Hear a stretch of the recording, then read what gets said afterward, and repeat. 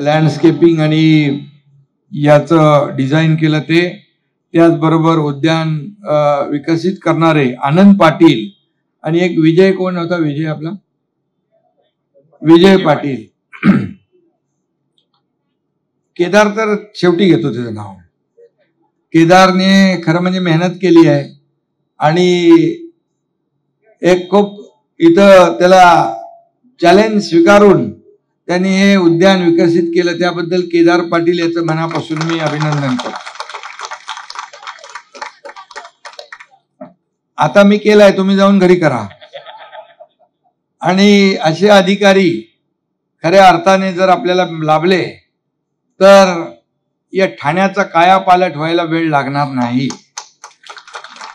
मी फार याच्यामध्ये नेहमी माझी एकच भूमिका असते की आपल्या शहरामध्ये मोठ्या प्रमाणावर वृक्ष लागवड झाली पाहिजे, झाडांचं प्लांटेशन झालं पाहिजे. मी मागच्या वर्षी आयुक्तांना सांगितलं होतं 1,00,000 झाडं लावा. आयुक्तांनी 1,25,000 झाडं लावले आणि ती झाडं मोठी होत आहेत, कारण आपण त्याला हे जिओ टॅगिंग केलंय. आणि यावर्षी मी त्यांना सांगितलं 2,00,000 झाडांचा टार्गेट करा, तर यावर्षी त्यांनी 2,09,000चं टार्गेट पूर्ण केलेलं आहे. याचा आनंद मला आहे, म्हणून मी आयुक्तांचं मनापासून अभिनंदन करतो आणि त्यांना शुभेच्छा देतो. खरं म्हणजे आम्ही एकदा मुंबऱ्याच्या टेकडीवर एक झाडं लावली होती आणि ती झाडं 3-4 वर्षांनंतर एकदा मी गेलो तिकडे पाहणीसाठी. मोठमोठी झाडं झाली होती ती, आणि त्या झाडांचा वाढदिवस तिथले लोक साजरं करतात दरवर्षी. आणि त्या झाडाला प्रत्येकाचं नाव दिलं होतं, म्हणजे ज्यांनी झाड लावलं त्यांनी त्याला वाढवायचं. मी काय, माझं नाव पण होतं, पण मी एकाला जबाबदारी दिली होती, बाबा तू ह्याचं काम कर म्हणून. आणि ते झाड देखील वाढलेलं पाहिल्यानंतर एक वेगळा आनंद असतो. आणि वृक्षप्रेमी, पर्यावरण प्रेमी खऱ्या अर्थाने समाजामध्ये अनेक लोक आहेत. खऱ्या अर्थाने आता आपण पाहतोय ग्लोबल वॉर्मिंग, क्लायमेट चेंज, अति अवकाळी पाऊस. मे महिन्यात पाऊस सुरू झाला यावर्षी, ऑक्टोबर पर्यंत पाऊस आहे. काय परिस्थिती आहे आपण पाहतोय. आपल्याला तेवढी त्याची हे जाणवत नाही, परंतु मराठवाड्यामध्ये या पावसामुळे पूर परिस्थिती निर्माण झाली आणि म्हणून पुरामध्ये शेतकरी आज संकटात आपला आहे. आणि आपण इथून देखील या मुंबई ठाण्यातून मोठ्या प्रमाणावर त्यांना जीवनावश्यक वस्तू, कपडे, भांडी सगळं पाठवतोय. आणि एवढं करून आपण थांबलो नाही तर त्या शेतकऱ्यांच्या डोळ्यात आज अश्रू आहे.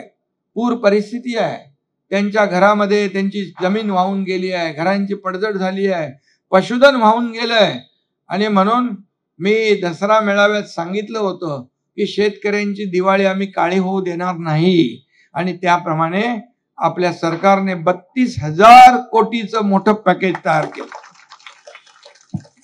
आणि त्यांच्या खात्यात मी काल पाहिलं की खात्यामध्ये जवळपास या ठिकाणी 3,500-4 हजार कोटीचं खात्यामध्ये जमा देखील होऊ लागले. म्हणजे त्यांची दिवाळी देखील काळी होऊ नये, त्यांची दिवाळी दुःखात जाऊ नये याचा विचार देखील सरकारने केला. आणि त्याचबरोबर आपल्या कार्यकर्त्यांनी देखील जीवनावश्यक वस्तूंचे किट पाठवले, भांडी पाठवली, तिथले घराची साफसफाई केली, माती साफ केली, चिखल साफ केला, सगळं केलं. त्यांना तिथे आरोग्य व्यवस्था आपण पाठवली. त्या ठिकाणी वैद्यकीय पथक, डॉक्टर गेले, कारण साथीचे आजार पसरू नये म्हणून स्वच्छता मोहीम घेतली. आणि आज प्रताप सरनाईक यांनी तिथल्या शेतकऱ्यांच्या गायी गुरं वाहून गेली, मरून गेली, यासाठी 101 दूध देणाऱ्या गायी शेतकऱ्यांना देण्याचा निर्णय घेतला. याच्यामध्ये आणखी वाढ होईल. सरकारचं काम करेलच. सरकार कुठेही मागे राहणार नाही. शेतकऱ्यांना मदत देताना हात आकडता घेणार नाही. कारण मी जेव्हा मुख्यमंत्री होतो तेव्हा शेतकरी सन्मान योजना असेल, पीक विमा योजना असेल, अनेक योजना आम्ही सुरू केल्या, त्या आज सुरू आहे. आणि म्हणून शेतकरी आपला अन्नदाता आहे. भारत हा शेतीप्रधान देश आहे. महाराष्ट्र शेतीप्रधान राज्य आहे. शेतकरी आपला प्रमुख घटक आहे. आणि म्हणून आपण नेहमी म्हणतो जय जवान जय किसान, आणि म्हणूनच हा शेतकरी जेव्हा संकटात आहे तेव्हा आपण सगळ्यांनी त्याच्या मागे उभं राहिलं पाहिजे, अशा प्रकारची भूमिका आपण घेतली आणि त्यांना मोठा दिलासा देण्याचं काम केलेलं आहे. आज या ठिकाणी आपण पाहतोय की अनेक जे औषधी वनस्पती आहेत, मी आता आनंद पाटील आणि आपला केदार आणि इतर लोकांना मगाशी ते काय त्यांचं नाव ते नाही ते डॉक्टर राहुल दुर्गुडे यांना या ना वरती, यांना खूप माहिती आहे. त्यांनी ताबडतोब एक एक पत्ता काढला. आता isakal.com आहे देशातील नंबर 1 ची मराठी न्यूज वेबसाईट. प्रत्येक अपडेटसाठी isakal.com ला नक्की भेट द्या. पत्ता म्हणजे पानाचा पत्ता, नाही तर तुम्ही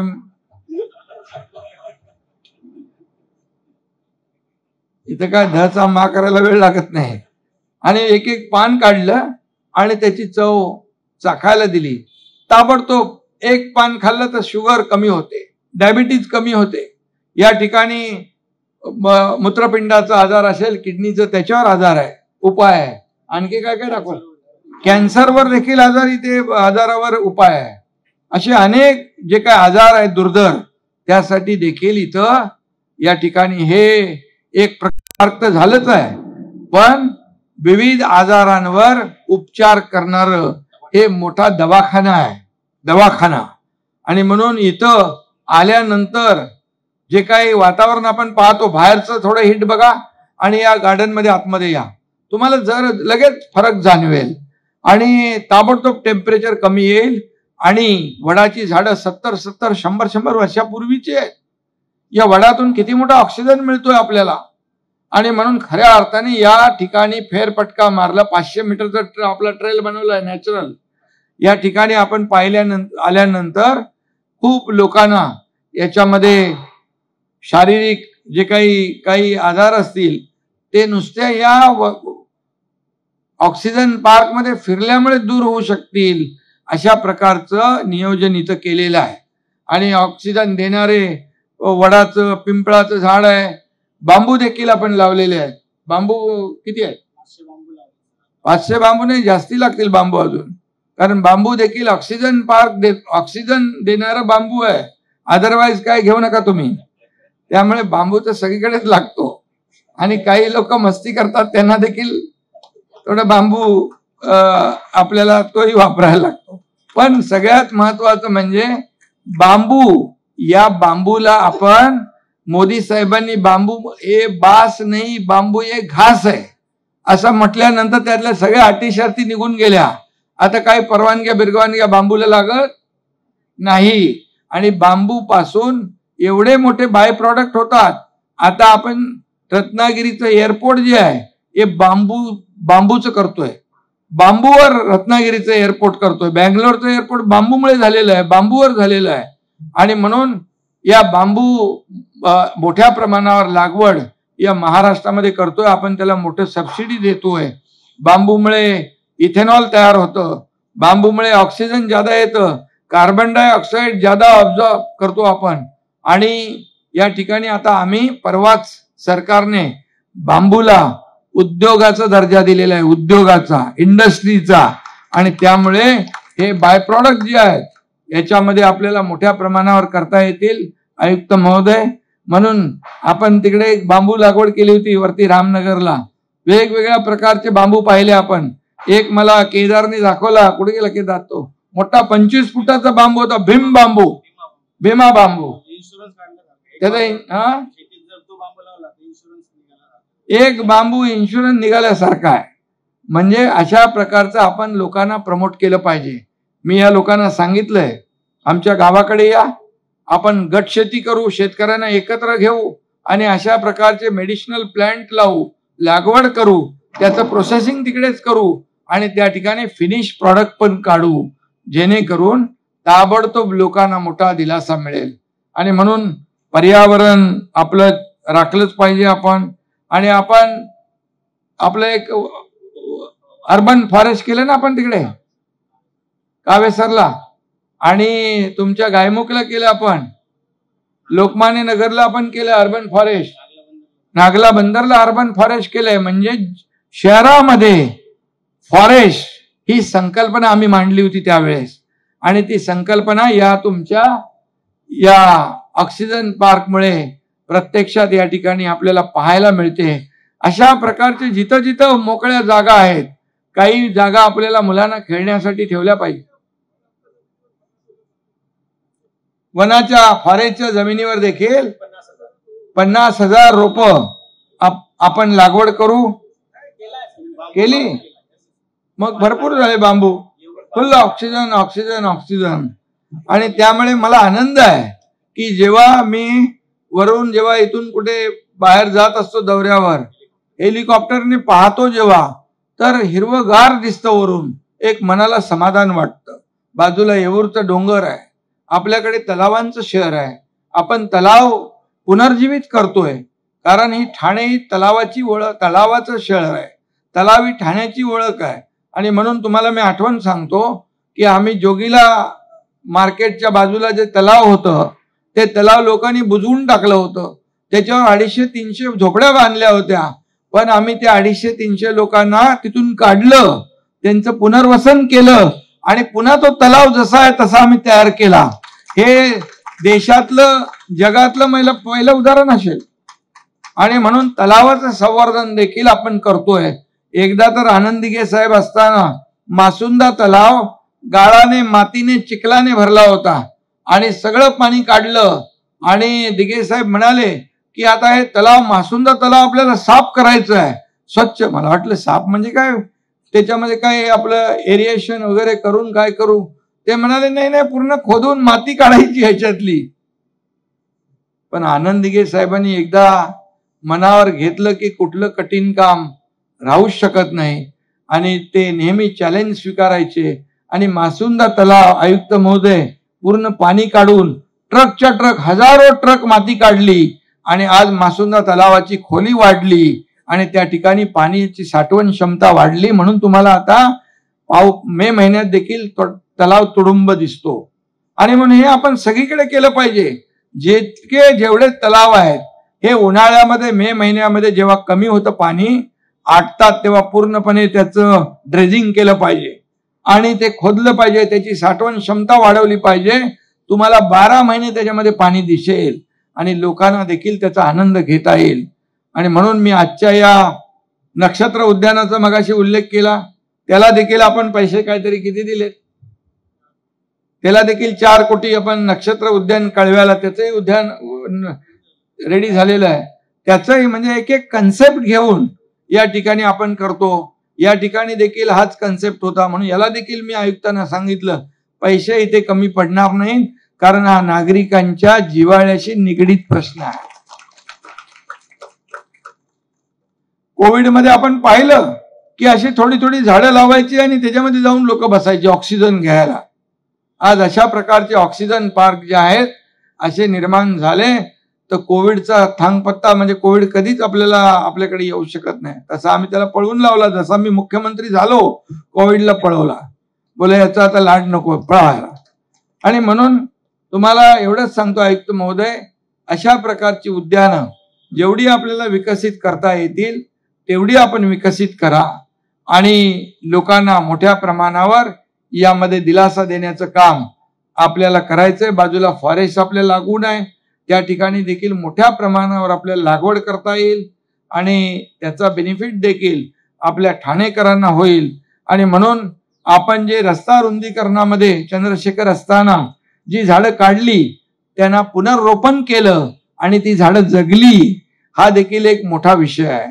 आणि म्हणूनच या ठिकाणी जेवढी झाडं आपण लावता येतील प्रत्येकाने, आता मोदी साहेबांनी पण सांगितलंय एक पेड माँ के नाम.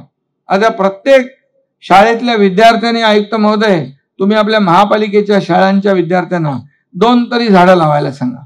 2 झाडं प्रत्येकाने लावायची आणि त्या ठिकाणी ती वाढवायची. मुलं एकदा त्यांनी मनावर घेतलं की ते बरोबर करतात. आणि म्हणून याला हा देखील आपण एक मोठी संकल्पना या ठिकाणी आपण राबवूया. मला वाटतं हे बदलतं ठाणं आहे. या ठाण्यामध्ये रस्ते रुंद होत आहेत, मेट्रो सुरू होते आहे. मला वाटतं डिसेंबरमध्ये मेट्रोचा पहिला टप्पा सुरू होईल, त्याच्या पुढच्या टप्प्यामध्ये मीरा भाईंदर पर्यंत जाईल, त्याच्या पुढच्या पहिल्या अगोदर वडाळ्यापर्यंत जाईल, परत आपली रिंग मेट्रो होतीये. त्यामुळे ठाण्यामध्ये अनेक प्रकल्प आपण आणतोय आणि या प्रकल्पांच्या माध्यमातून एक विकसित ठाणं, एक बदलतं ठाणं या ठिकाणी आणि हरित ठाणं आपल्याला करायचं आहे. आणि म्हणून तुमच्या सर्व नागरिकांचा सहभाग जो आहे त्याला आवश्यक आहे. घोडबंदरची वाहतूक कोंडी मी तुम्हाला विशेष त्याच्यावर लक्ष घालायला सांगितलेलं आहे. आता पाऊस गेलाय, आता रस्त्याची कामं मला वाटतं तिथं युद्ध पातळीवर सुरू झालेली आहे. कुठे गेले तुम्ही? आहे ना इकडे. हे नेहमी लक्ष ठेवून आहेत. आणि म्हणून या ठिकाणी रस्ते आपले आता फटाफट डांबरीकरण त्याचं करा, त्यामुळे वाहतूक कोंडी होणार नाही. आणि पुढे भविष्यामध्ये तुम्हाला माहितीसाठी सांगतो, आपण मुंबई फ्रीवेवरून उतरतो, तिथून डायरेक्ट एलिव्हेटेड रोड करतोय. तो direct elevated road Anand Nagar ते साकेत, साकेत ते गायमुख, गायमुख ते फाउंटन हॉटेल, असा बाहेरच्या बाहेर कोस्टल रोड जाणार आहे. त्यामुळे भविष्यामध्ये इथं वाहतूक कोंडी होणार नाही बिलकुल. आणि दुसरं, मुंबईला जाण्यासाठी तुम्हाला मुंबई नाही, इकडे मीरा भाईंदर, बोईसर, बोरिवली इकडे 2 तास 1.5 तास लागतात. आता आपण टिकुजिनी वाडी ते बोरिवली टनेल आपण करतोय फक्त 10-15 मिनिटात. ठाण्यातला माणूस बोरिवलीत माणूस ठाण्यात. तिथं पण सोसायट्यांच्या काही तक्रारी होत्या, त्याही आपण दूर केल्यात. आणि त्यामुळे कनेक्टिव्हिटी जी आहे ही आपण अतिशय जवळ आणतोय. आणि म्हणून या ठाण्यामध्ये हे जे रस्ते आहेत, उड्डाणपूल आहेत, त्याचबरोबर असे जे काही मिसिंग लिंक जे आहेत हे आपल्याला डेव्हलप आपण करू. आणि या ठाण्याला एक खऱ्या अर्थाने विकसित ठाणं, हरित ठाणं म्हणू, आपण तलावांचं ठाणं म्हणू. आणि या सगळ्यावर एक प्रकारचा न्याय देण्याचं काम आयुक्त महोदय करतायत, त्यांची टीम करते. मनापासून मी त्यांचं सगळ्यांचं अभिनंदन करतो, मनापासून शुभेच्छा देतो. उशिरापर्यंत तुम्हाला थांबायला लागलं त्याबद्दल दिलगिरी व्यक्त करतो. पुन्हा एकदा दिवाळीच्या खूप खूप शुभेच्छा. धन्यवाद. जय हिंद, जय महाराष्ट्र. देश विदेशातील प्रत्येक घडामोडींचे लाईव्ह अपडेट मिळवण्यासाठी आता साम टीव्हीच्या सर्व सोशल मीडिया प्लॅटफॉर्मला लाईक, फॉलो आणि सबस्क्राईब करा. तसंच सर्व नोटिफिकेशनसाठी बेल आयकॉन प्रेस करायला विसरू नका.